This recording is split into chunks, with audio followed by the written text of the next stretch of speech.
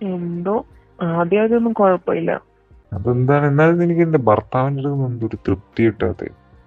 പിന്നെ എനിക്ക് എനിക്കുള്ള അത്ര ഇൻട്രസ്റ്റ് ഓർക്കില്ലാത്തതുപോലെ ഭയങ്കര ടയർഡെല്ലാവുന്നു. അതുകൊണ്ടെന്തോ ടയർഡായിട്ടില്ലെങ്കിലേ എഴുതുള്ളൂ. നിന്റെ ഒപ്പരല്ലേ മനുഷ്യനെ കൊല്ലുന്ന പോലെ കളിക്കുകയും ചെയ്യും. അങ്ങനെയല്ലേ വേണ്ട, എന്നാലേ ഒരു സുഖമുള്ളൂ. അയ്യോ, അല്ല അയാള് എനിക്ക് വേണ്ടതൊന്നും തരുന്നില്ലേ? എനിക്ക് ആവശ്യമില്ലെന്നും അയാളൊന്നും തരുന്നില്ല. അയാൾ ആവശ്യം ചെയ്യുമ്പോ അപ്പൊ അയാൾ പോവും. എന്റെ അടുത്ത് കിട്ടുന്നുണ്ടോ? ഇടയ്ക്കുന്ന കിട്ടുന്നോണ്ടല്ലേ ഇന്നെ ഇങ്ങനെ വിളിക്കുന്നത്. ഞാൻ നിന്നെ കാണുന്നതിനും ഞാൻ നീ ഒരു പരിചയപ്പെടുന്നതിന് മുമ്പ് നിനക്ക് ആരും കൊണ്ടുവരും. ഒരാളുടെ അയാളെങ്ങനെ പോയി? ഞാനിതേപോലെ തന്നെ കൊറേ കഴിഞ്ഞപ്പോ വലിയൊരു ഇൻട്രസ്റ്റ് ഒന്നുമില്ല. നേരിട്ട് മീറ്റ് ചെയ്തിന് നിങ്ങൾ? മീറ്റ് ചെയ്തത്. അപ്പൊ അയാളെ വീട്ടിലേക്കാ പോലെ. അയാള് മാരീഡാ? കുറച്ച് മാരീഡാ. കുറച്ച് ഏജ് ഉള്ള ആളാ. അപ്പൊ അധികം ഏജ് ഇല്ല. ഭാര്യ? ഭാര്യ 2 കുട്ടികളും ഉണ്ട്. അപ്പൊ അവര് വീട്ടിലുണ്ടാവൂലേ?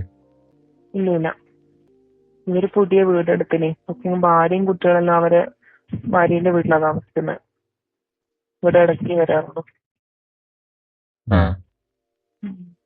അവരൊറ്റയ്ക്കാ താമസിക്കുന്നത്. എനക്കെന്തായാലും നിന്നെ ഭയങ്കര ഇഷ്ടം. ഞാനിനി വേറൊരു കല്യാണം കഴിക്കും എനിക്ക് തോന്നുന്നില്ല.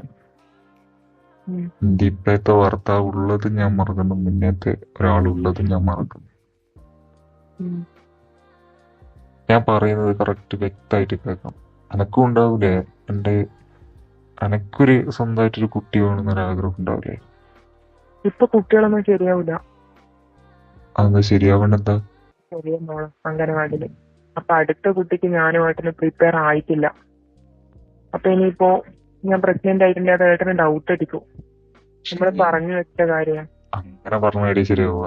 ഞാൻ ഇത്രയും നാളായിട്ടൊരു കല്യാണം കഴിക്കാണ്ട് നിൽക്കുന്നത് അത് നീ ഉള്ളോണ്ടോ? ഞാൻ എന്റെ ഭാര്യയായിട്ട് നിന്നെ കണ്ടുകൊണ്ടാണ്. അതെ അറിയാം, പക്ഷെ ഇത്ര കാലം നമ്മൾ ഈ റിലേഷൻഷിപ്പ് ആരും അറിയാണ്ട് കൊണ്ടുപോയില്ലേ. ഇനിയിപ്പോ ഇത് നമ്മള് ഇങ്ങനെ ചെയ്ത് കഴിഞ്ഞാല് കൊണ്ടുപോയി. ചിലപ്പോ അത് കൊണ്ടുപോയി, സംഭവം ശരിയാ കൊണ്ടുപോയി. പക്ഷെ എനക്കുണ്ടാവില്ല എനക്കൊരു കുട്ടീനെ കളിപ്പിക്കണം, ഒന്ന് തട്ടി നടക്കണം. മനസ്സിലാവുന്നുണ്ട്.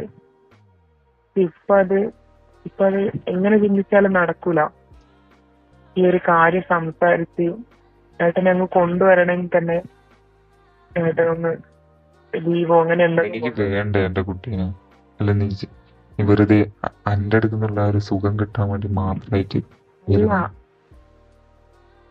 ഏട്ടനുമായിട്ട് കാര്യം സംസാരിക്കാൻ ഉണ്ടാക്കാന്നുള്ളൊരു ടൈം എനിക്കിപ്പോ കിട്ടുന്നില്ല. ഏട്ടൻ അങ്ങനെ ഫുൾ നൈറ്റ് ഫുൾ തിരക്കാ. നല്ലോണം ആലോചിച്ച് ചെയ്യണ്ടേ.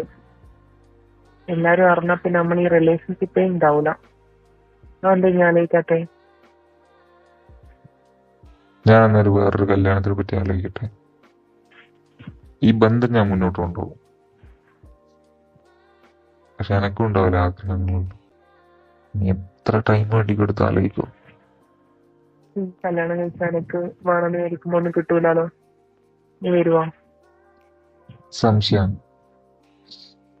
കാരണം അപ്പോഴേ നിനക്ക് മനസ്സിലായി ഇത്ര നാള് ഞാൻ നിനക്ക് തന്ന എല്ലാ സുഖങ്ങളും എനിക്ക് ഇല്ലാണ്ടാവണം. അപ്പോഴേ നിനക്ക് മനസ്സിലായി ഞാൻ ഇതിലെടുക്കുന്ന റിസ്ക്. ഏട്ടൻ അറിയാണ്ട് നീ എൻ്റെ അടുത്ത് വരുന്നത് എനിക്ക് വേണ്ട എല്ലാ കളിയും കളിക്കുന്നു പോകുന്നു. മാത്രല്ലോ അതിൽ എനിക്ക് സുഖം കിട്ടുന്നില്ലേ. ശരി, അത് വിട്. ഞാൻ പറഞ്ഞെന്നല്ലോ. അതന്നെ നിന്നെ തണുപ്പിച്ചു. ഇന്ന് എങ്ങനെ തണുപ്പിക്കുന്ന? നിന്റെ ആഗ്രഹം ഞാൻ എനിക്ക് സാധിച്ചു. അതുപോലെ സാധിച്ചു തന്ന നല്ലത്. അല്ലേ പിന്നെ ഞാനുണ്ടാവില്ല. എന്തായാലും ഇത്രയും നല്ലൊരു പാർട്ട്ണറെ ഞാൻ വിട്ടുകളില്ല. എന്റെ ആവശ്യങ്ങളെല്ലാം ഞാൻ ആഗ്രഹിക്കുന്ന പോലെ ഇതിന്റെ അടുത്ത് കിട്ടുന്നുണ്ട്. അപ്പൊ ഇങ്ങനൊരു കാര്യം പറഞ്ഞാൽ ഞാൻ അത് സാധിച്ചു തരും. കുറച്ച് ടൈം എടുക്കുന്നേലോ. ഞാനൊരു കാര്യം ചെയ്യട്ടെ. ഇപ്പൊ നിന്റെ ഭർത്താവിന് നൈറ്റ് ആണെങ്കിൽ നിന്റെ ഭർത്താവ് പകലുണ്ടാവില്ല. അപ്പൊ നിനക്ക് ക്ലാസ് ഇല്ലാത്ത സമയങ്ങളിൽ നിന്റെ ഭർത്താവ് പകലുണ്ടാകുമ്പോ നിങ്ങളെന്തൊക്കെ നടക്കലുണ്ട?